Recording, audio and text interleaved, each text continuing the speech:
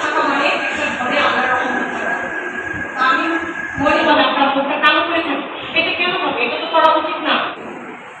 আমরা সকলেই জানি আজ সারা দেশে 30 সেপ্টেম্বর তারিখ থেকে এই দিবসটা সাধারণত প্রথম পালিত হয়। ধর্মে যেটা মুসলমানদেরকে যেভাবে মুসলমান নারীদেরকে পুত্র সন্তান বংশের বাড়ি, তো এটা আসলে আমাদের পুত্র সন্তানকে যতটুকু আদর এবং সহযোগিতা।